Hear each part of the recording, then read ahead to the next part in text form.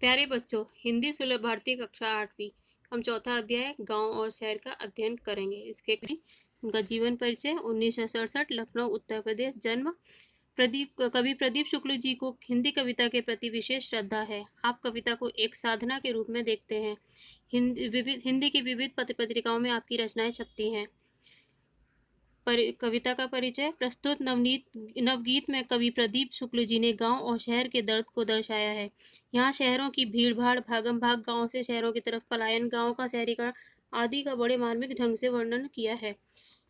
प्यारे बच्चों, आप छुट्टियों में कहाँ जाते हैं छुट्टियाँ बिताने? अपने नाना नानी के गाँव, दादा दादी के गाँव। यहाँ मैं आपको एक चित्र गाँव का है, दूसरा शहर का है। दोनों ही चित्रों को ध्यान से देखो और दोनों चित्रों में अलग अलग दृश्य दिखाई दे रहे हैं। आज हम ऐसी एक कविता का अध्ययन करेंगे जिसका नाम है गांव और शहर, जिसके बारे में इसका पहला पद्य है। बदला बदला सा मौसम है, बदले से है सुर, लगते हैं सुर, दीदा फाड़े शहर देखता, गांव देखता टुकुर टुकुर। इन पंक्तियों में कवि ने हमें यह बताया है कि गांव और शहर के जीवन में जमीन और आसमान का अंतर है। आज वर्तमान समय में गांव और शहर का मौसम बिल्कुल बदला बदला सा प्रतीत हो रहा है। उनमें भारी परिवर्तन दिखाई दे रहा है। शहर आंखें फाड़कर अपने बदलते स्वरूप को देख रहा है और साथ में गांव भी एक टक नजरें गड़ाकर अपने इस बदलते हुए स्वरूप को देख रहा है। इन पंक्तियों में शब्दार्थ जो है वो निम्न प्रकार है। बदला यानी कि परिवर्तन, मौसम ऋतु, सुर स्वर, दीदा फाड़े यानी कि आंखें फाड़कर। दूसरा पद्य। तिल रखने की जगह नहीं है, शहर ठसाठस भरे हुए, उधर गांव में पीपल के हैं सारे पत्ते झरे हुए। इन पंक्तियों का अर्थ है कि कवि जो है शहर में बता रहा है कि भीड़ भाड़ से शहर भरे हुए, लोगों को वहाँ रहने की भी पर्याप्त जगह नहीं है।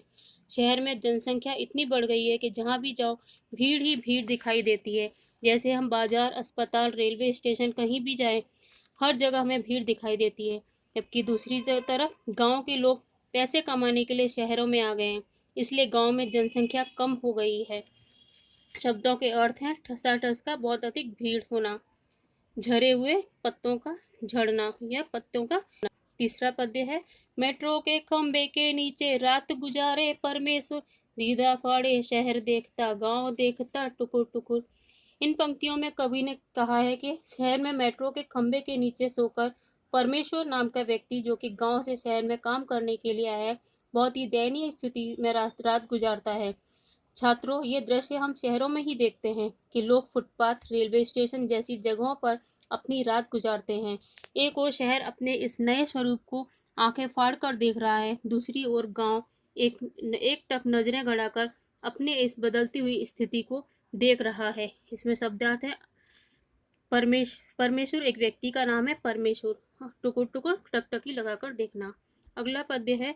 इधर शहर में सारा आलम आँख खुली बस दौड़ रहा है, वहाँ रेडियो पर स्टेशन रामदीन है जो रहा, उनकी बात सुनी है जब से दिल करता है धुकुर पुकुर।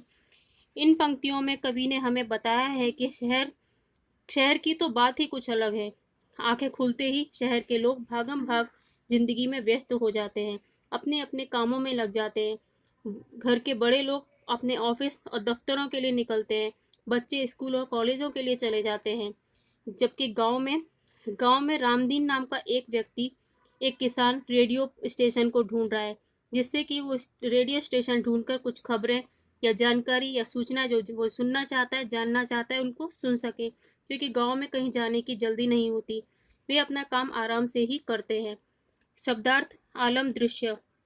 जो नेक्स्ट। सुरसतिया के दोनों लड़के सूरत गए कमाने, गेहूं के खेतों में लेकिन गिल्ली लगी घमाने। सुरसतिया सरस्वती यानी कि सरस्वती नाम के व्यक्ति के दोनों लड़के जो हैं सूरत नौकरी करने के लिए गए। सिर्फ उसके ही लड़के नहीं, गांव के और भी अन्य जो भी युवक हैं वो सभी जो है काम की तलाश में, कमाने के लिए, पैसा कमाने के लिए सूरत जैसे शहरों की तरफ पलायन कर गए हैं।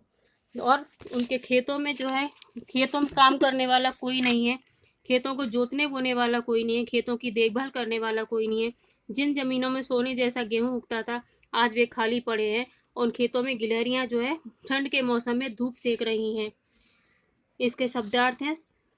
घमाना धूप सेकना। अगला पद्य है, लंगड़ा कर चलती है गैया सड़कों ने खा डाले खुर, दीदा फाड़े शहर देखता गांव देखता टुकुर टुकुर। इन पंक्तियों का अर्थ है कि गांव का शहरीकरण हो गया है, अर्थात वहां पक्की सड़कें बन गई हैं। उन सड़कों पर चलने के कारण गायों के खुर खराब हो गए हैं घिसकर, और अब वे लंगड़ा कर चलती हैं। इस बदलाव को शहर अचरज से देखता है और गांव टकटकी लगाकर देखता है। यहाँ पे शब्दों का अर्थ है, खुर जानवरों के पैर, गैया का गाय, दीदा फाड़े आंखें फाड़ कर देखना, अचरज से देखना, और टुकुर टुकुर टकटकी लगाकर देखना। धन्यवाद। Hit the bell icon